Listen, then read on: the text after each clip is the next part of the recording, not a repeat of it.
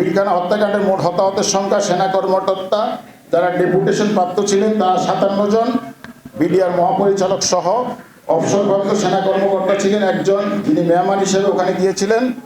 BDR সদস্য কিন্তু বিদ্রোহী নয়, যারা বিডিআর সদস্য বিদ্রোহী নয় এরকম 10 জন, বেসামরিক 6 জন, মোট 74 জন এখানে নিহত হয়েছেন বা শাহাদাত বরণ করেছেন। এটার যে মামলার অবস্থা সেটা হলো পিলখানা হত্যাকাণ্ডের যে মামলা সেটা হলো মোট অভিযুক্ত ছিলেন 850 জন, ছাত্র 82, বিডিআর জন 23 জন, বেসামরিক সহ।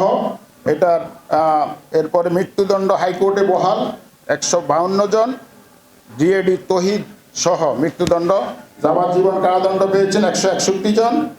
এরপরে বিস্ফোরক মামলায় বহু আসামি যেটা বিচারাধীন ছিল, পরবর্তীতে এটা কেয়ারটেকার সরকার এসে এটাকে একটা মানে ওদেরকে জামিন দেওয়া হয়েছে। এবং আবার আমরা বর্তমান প্রধানমন্ত্রীর কাছে আহ্বান জানাবো যে তিনি যেন সুষ্ঠু তদন্তের মাধ্যমে ভারতীয় দালাল বা ভারতীয় যারা এখানে এজেন্ট ছিলেন তাদেরকে চিহ্নিত করে মানে চূড়ান্ত প্রতিবেদনের মাধ্যমে শাস্তিমূলক ব্যবস্থা গ্রহণ করেন।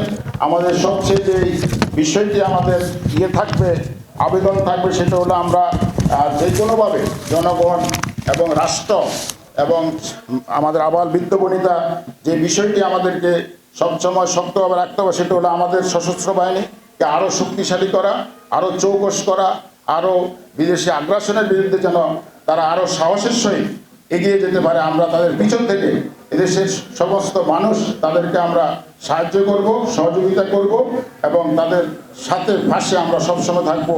আসুন আমরা বাংলাদেশের স্বাধীনতা সার্বভৌমত্ব রক্ষায় এবং এদেশের মাথা উঁচু করে যেন আমরা চলতে পারি, কারো পরায়ত্ত কারো কলোনি হয়ে আমরা যেন না থাকি।